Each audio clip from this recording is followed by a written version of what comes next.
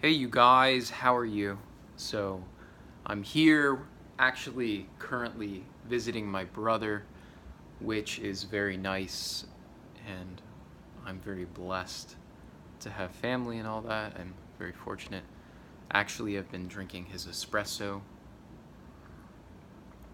which is quite nice, I must say. So here I am, feeling quite content.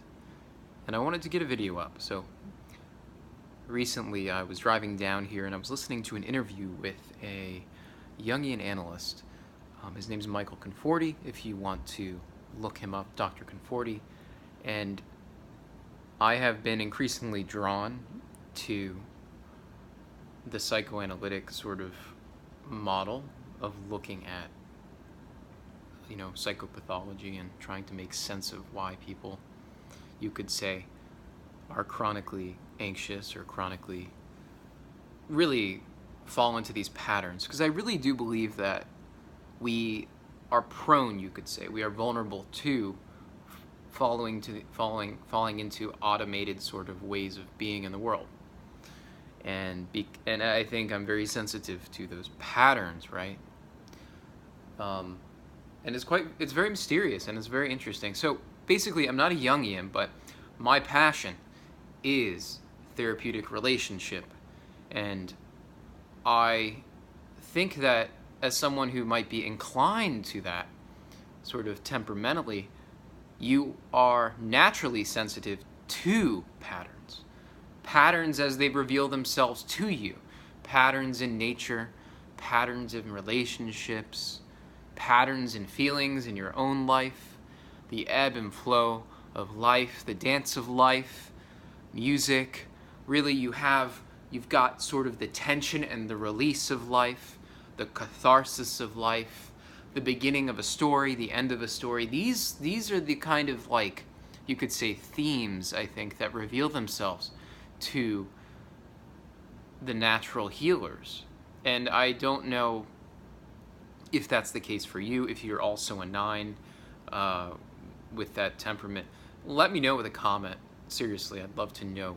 Do you sense these patterns? And is it hard to kind of, once you've learned about these models, right, something like the Enneagram, is it hard to not, like, reflect on those? And how do you feel about psychoanalytic sort of approaches? I'd love to know your opinion. So really, the message of this video was to reflect on what he said in his video. He is making a distinction really between understanding mental illness on the one hand as psychopathology, right? So using like a disease model, a medical model, a diagnostic model, in line with the DSM and the American Psychiatric Association, and working with that model and saying, well, really the presupposition with that is that there is a norm and there is a deviation from the norm, and that the person is sick and they need to be fixed, right? And I can see how this could be useful, but for the most part, I don't think it's humane. I think it's inhumane. It's, in a lot of ways, it's sort of putting people into these boxes, right? And you see this with people even within any typology sort of theory or any type of system. People don't like to be put into boxes because people are dynamic. People change. There's a flow of life. There's a give and take. There's relationships in life. And I think it's that process of relating that reveals to us that we are not static individuals, right? Well, anyway, he says that basically the difference between fate and destiny is character. And this quote just entered into my heart, and I responded to it deeply. And interestingly, I hadn't felt so deeply in response to this in the past. I mean, and I'm wondering, I'm entering into a certain point in my life where I'm starting to understand that real healing, mental healing, is spiritual healing. End of story. There's no beating around the bush. There's no way of helping man, truly, if we use a medical scientific model. It's not helpful for people. It's damaging, and I'm starting to really understand that. Now, granted, there are extremes, but we're talking about most people here. We're talking about humanity as it represents itself. The severely mentally ill, maybe we could work with that more medically, but I often wonder maybe there's more to the story. And it's funny I bring up story because that's really what Conforti was discussing. So basically, the way he looks at it is he says, and this is what I believe too, I think, is that people are naturally responding to the circumstances of their lives. They are naturally responding to. So think of a response, right? If I hit you across the face, you will react, you will respond. If I shine a light, in your eyeball, I'll see a pupillary sort of reflex, right? There are these parts of us that are autonomic, right? Automatic. And these parts of ourselves that sort of come up within us are so important to who we are. And more important to who we are is not only how we respond, but how we choose to reflect on how we've responded. And this is a continual process of growth and renewal.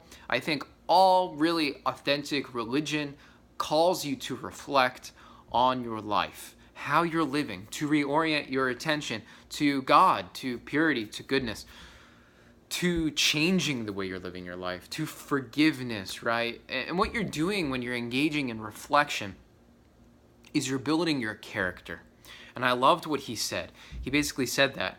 He said that you need to have a capacity for reflecting on your life, because if you do not, then these patterns will consume you. You will be consumed, and you will not be basically free to experience meaning in life. And it had me thinking, yes, meaning is here. Meaning is abundant. The cup of meaning is just overflowing when we actually are engaged in communities, traditional living, when we have values that are clearly defined and lived out, right? And it gets me so excited because I understand this is what people are craving. This is what people are missing. The last thing that people need in a lot of cases is something that will artificially manipulate their reuptake of serotonin. That's not going to help the person in the long term. And I think central to a lot of my beliefs is basically understanding that we have to work with people therapeutically to recognize the wounding. And I think that's why the psychoanalytic approach is so appealing to me in a lot of ways, because it's like, guess what, guys? We are wounded, right? We're responding to wounds. Life is simply not perfect. And obviously my own religious tradition and belief system helps me to put more context to that. But yeah, I'm a sensitive person, and my passion has always been therapeutic relationship. And I don't see how we can approach therapeutic relationship without presenting people with the ability to reflect, right? To reflect on their lives. And this is character. And this is what promotes mental resiliency. So how do we be good healers? How do we be good helpers? We reflect on our lives. That's what we do. We understand how we should live. And by an example, we teach.